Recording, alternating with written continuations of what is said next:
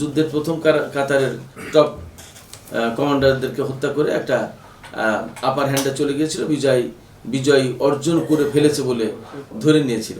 কিন্তু ইরান যে ফিনিক্সের মতো এরকমভাবে ঘুরে দাঁড়াবে সেটা ভাবতেও পারেনি। কেমন? এবং এখন প্রথম ধাক্কা সামলে ইরান পাল্টা যে প্রতিরোধ গড়ে তুলেছে, তার রেজাল্ট কি হয়েছে সেটা আমরা খুব ভালোভাবে দেখতে পাচ্ছি। এবং বিশ্বের বিভিন্ন জায়গা থেকে কিন্তু যুদ্ধ বন্ধের কথা বলা হচ্ছে এবং এমন হুমকি দেওয়া হচ্ছে আমেরিকার পক্ষ থেকে যে ইরানকে শিক্ষা দেওয়া হবে, যে কোনো সময় তারা যুদ্ধে জড়িয়ে যেতে পারে, ইরানের উপর হামলা চালাতে পারে। এটা বলা হচ্ছে মূলত এই কারণে যে ইসরায়েল আর পারছে না। ফলে কারা এগিয়ে সেটা তো আমরা কম বেশি বুঝতেই পারছি। সৌদি আরবের সাথে ইয়েমেনের দীর্ঘ 7 বছর যুদ্ধ হয়েছে, আপনি জানেন। এবং এই যুদ্ধ কিন্তু শুধুমাত্র সৌদি আরব করেনি। সৌদি আরব, সংযুক্ত আরব আমিরাত, একটা পর্যায় পর্যন্ত কাতার ছিল, বাহরাইন, মিশর।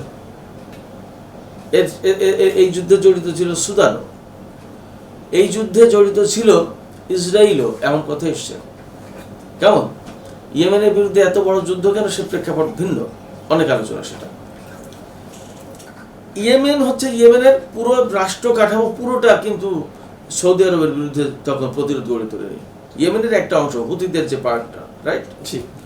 এই হুতিরা তো লুঙ্গি পরা হুতি, গরিব হুতি, এত অস্ত্র প্রযুক্তির হুতি না এরা। সেই হুতির মোকাবেলায় কিন্তু সৌদি আরব এবং তাদের টোটাল আরব জোট নাকানি চুমানি খেয়েছে, আপনি দেখেছেন। এবং সেই যুদ্ধ কিন্তু ইনকমপ্লিট, আনফিনিশড, এখনো শেষ হয়নি, অঘোষিতভাবে যুদ্ধ শেষ হয়নি। কিন্তু সৌদি আরব বুঝেছে যে এটা সম্ভব না।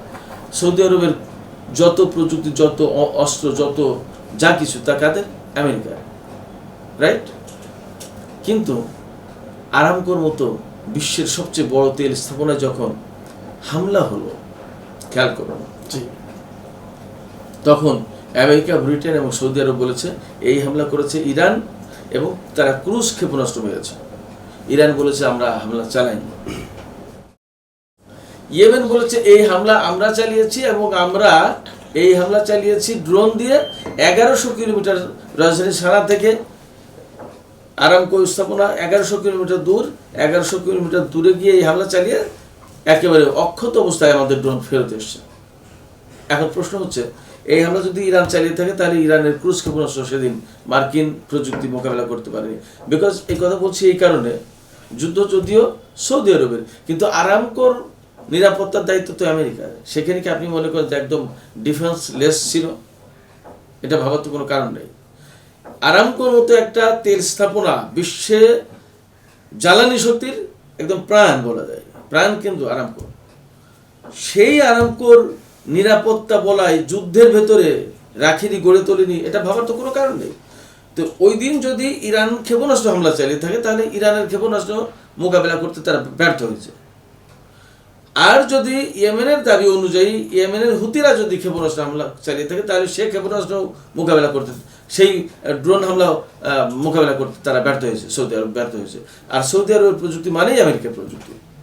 এই যে কয়েকটা উদাহরণ দিলাম, গ্লোবাল হক ড্রোন ভূপাতিত করার ঘটনা, ইরাকের আইন আল আসাদ ঘাঁটিতে ইরানের ক্ষেপণাস্ত্র হামলা, জবাবে আমেরিকার পক্ষ থেকে একটা ক্ষেপণাস্ত্রও না ছোড়া, আবার আরামকো তেল স্থাপনায় হামলার যে ঘটনাটা, ইরান এবং ইয়েমেনের পরস্পরের যে ঘটনা বললাম, তুলে ধরলাম, এই সমস্ত ঘটনা থেকে পরিষ্কার হয়েছে ইরানের সক্ষমতাটা কি। সর্বশেষ যে কথা বলবো, আজকে যে যুদ্ধ চলছে ইসরায়েল এবং ইরানের, ইসরায়েল কিন্তু হামলা চালাচ্ছে 2000 কিলোমিটার দূর থেকে না। ইসরায়েল হামলা চালাচ্ছে সেই ইরাকের আকাশ সীমা এসে, বিকজ ইরাকের আকাশ সীমার কন্ট্রোল ইরান আমেরিকার হাতে। ফলে ইরান সীমান্তে এসে তার জঙ্গি বিমান থেকে ক্ষেপণাস্ত্র ছুটছে এবং সেই ক্ষেপণাস্ত্র ইরানের উপর আঘাত আনছে। আর ইরান 2000 কিলোমিটার দূর থেকে ইসরায়েলে ক্ষেপণাস্ত্র মারছে এবং কতটা নিশানা মানে অটুট থাকছে এবং নিখুঁত নিশানায় কিভাবে ইরান ক্ষেপণাস্ত্র হামলা চালাচ্ছে সেটা আমেরিকা এবং ইসরায়েলের চেয়ে সম্ভবত আর কেউ ভালো বুঝতে পারছে না। আমরা গণমাধ্যমের কল্যাণে যা দেখতে পাচ্ছি তাতে ইসরায়েলের রাজধানী তেল আবিব, হাইফা, তারপরে আপনার জেরুজালেমের বিশেষ অংশ, আদার সিটিগুলো এখন গাজার চেহারা পেয়েছে। ফলে ইরানের সক্ষমতা কি সেটা মোটামুটি পরিষ্কার। 1 সপ্তাহ ধরে পাল্টাপাল্টি হামলা চলছে, এই সময় কাকে এগিয়ে রাখবেন? খুবই পরিষ্কার। প্রথমে ইসরায়েল তার স্বভাবসুলভ গুপ্ত হত্যা অ্যাসাসিনেশনের ঘটনা ঘটিয়েছে এবং ইরানের একেবারে ফ্রন্ট লাইনে প্রথম দিকেই একদম মানে যুদ্ধের প্রথম কাতারের টপ কমান্ডারদেরকে হত্যা করে একটা আপার হ্যান্ডে চলে গিয়েছিল, বিজয় অর্জন করে ফেলেছে বলে ধরে নিয়েছিল। কিন্তু ইরান যে ফিনিক্সের মতো এরকমভাবে ঘুরে দাঁড়াবে সেটা ভাবতেও পারেনি, কেমন। এবং এখন প্রথম ধাক্কা সামলে ইরান পাল্টা যে প্রতিরোধ গড়ে তুলেছে তার রেজাল্ট কী হয়েছে সেটা আমরা খুব ভালোভাবে দেখতে পাচ্ছি। এবং বিশ্বের বিভিন্ন জায়গা থেকে কিন্তু যুদ্ধ বন্ধের কথা বলা হচ্ছে এবং এমন হুমকি দেওয়া হচ্ছে আমেরিকার পক্ষ থেকে যে ইরানকে শিক্ষা দেওয়া হবে, যে কোনো সময় তারা যুদ্ধে জড়িয়ে যেতে পারে, ইরানের উপর হামলা চালাতে পারে।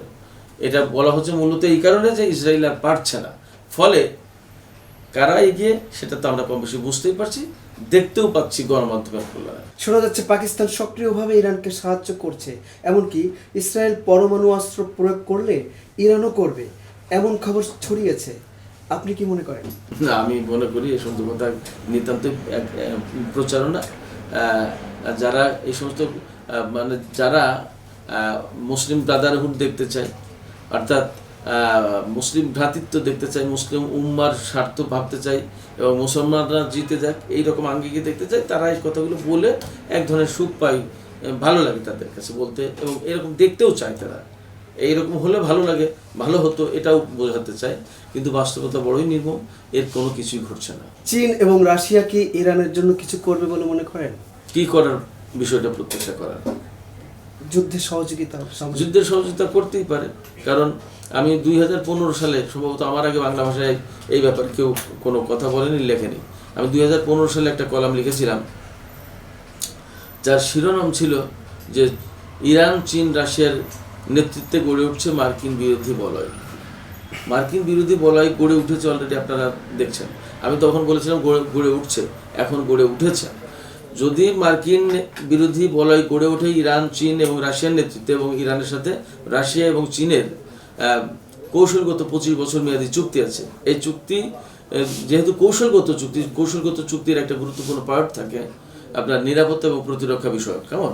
তো এইগুলো যেহেতু আছে এবং এই তিনটা দেশ প্রত্যেকেই আমেরিকার যে ইউনিপোলার সিস্টেম, এক কেন্দ্রিক বিশ্ব ব্যবস্থা যেটা আমেরিকা গড়ে তুলেছে 1990 সালে 90-91 সময়ে কমিউনিজমের পতনের পর, সোভিয়েত রাশিয়ার পতনের পর, সেই এক কেন্দ্রিক বিশ্ব ব্যবস্থা থেকে বেরিয়ে আসতে চায় রাশিয়া এবং চীন এবং ইরান। এবং ইরান তো এদের ভেতরে এক অর্থে নেতৃত্ব দিচ্ছে, এই কারণে যে রাশিয়া এবং চীন যখন ভাবছে মার্কিন এক কেন্দ্রিক বিশ্ব ব্যবস্থা থেকে বেরিয়ে আসার কথা, তারও অনেক আগের থেকে ইরান লড়াই করছে। ফলে এক্ষেত্রে তিনটা দেশের মোটিভ এক, মার্কিন বিরোধিতা, মার্কিন নেতৃত্বাধীন বিশ্ব ব্যবস্থা ভেঙে নতুন বহুপাক্ষিক বিশ্ব ব্যবস্থা গড়ে তোলা, কেমন। তো এই নতুন বহুপাক্ষিক বিশ্ব ব্যবস্থা গড়ে যদি তুলতে হয়, সেক্ষেত্রে এই বলয়ের তিনজনের একজন যদি হেরে যায়, তাহলে এই বলয়ের হেরে যাওয়া হবে। এই বলয়ের হেরে যাওয়াটা চীন এবং রাশিয়ার জন্য কৌশলগতভাবে, অর্থনৈতিকভাবে, রাজনৈতিকভাবে, সামরিকভাবে, কূটনৈতিকভাবে সব দিক দিয়েই বড় ক্ষতির কারণ হবে। অতএব এই ক্ষতি সম্ভবত পাগলেও চায় না, রাশিয়া, চীন তো পরের কথা। জর্ডান মুসলিম রাষ্ট্র হয়েও কেন ইরানের বিরুদ্ধে কাজ করছে? আমি আপনার এই প্রশ্নের সাথে একটু দ্বিমত করব এইভাবে, যে জর্ডান মুসলিম রাষ্ট্র হয়েও ইরানের বিরুদ্ধে কাজ করছে, আমরা ঠিক এইভাবে বলবো না।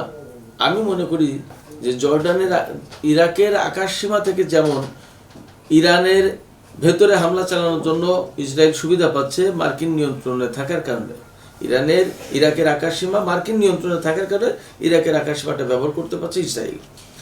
ঠিক একইভাবে জর্ডানের আকাশসীমা না, শুধুমাত্র জর্ডানের পুরোটাই তো নিয়ন্ত্রণ করে আমেরিকা। সেক্ষেত্রে জর্ডানের আকাশে যা দেখছি, এটা জর্ডানের সেনাবাহিনী বা জর্ডানের জনগণের আকাঙ্ক্ষার কোনো প্রতিফলন না, সেটা তো মার্কিন বাহিনী করছে।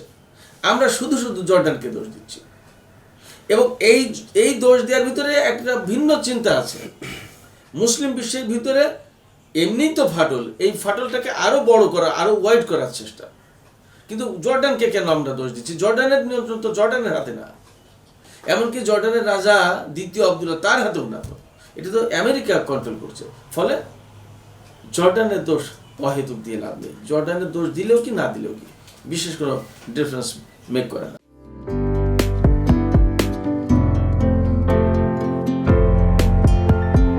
পহেলা জানুয়ারি 2025 ইউটিউব জার্নালিজমের অগ্রদূত changetv.press 6 বছর পেরিয়ে পা রাখল গর্বিত আমি অত্যন্ত আনন্দিত হলাম যে চেঞ্জ টিভি আগামী কয়েকদিনের মধ্যেই 6 বছর পূর্ণ করবে। আর হাঁটি হাঁটি পা পা করে চলা শুরু করে এখন সে বেশ দৌড়াদৌড়ি করছে বলা যেতে পারে। ও নামটাও অত্যন্ত বলবো যে সিগনিফিক্যান্ট, যে চেঞ্জ, এই গণঅভ্যুত্থান কিন্তু চেঞ্জ চেয়েছে। সেই হিসেবে তোমার টেলিভিশনের, তোমার এই চ্যানেলের নামের একটা যথেষ্ট মিল পাওয়া যায়। আমার প্রত্যাশা যে এই গণঅভ্যুত্থানের যে প্রত্যাশা, যে আশা আকাঙ্ক্ষা, চেঞ্জ টিভি সেটিকে এগিয়ে নিয়ে যাবে। তোমাকে শুভেচ্ছা। চেঞ্জ টিভি যারা সম্পৃক্ত আছেন, যারা কর্মী আছেন, সামনে পেছনে সকলকে আমার শুভেচ্ছা।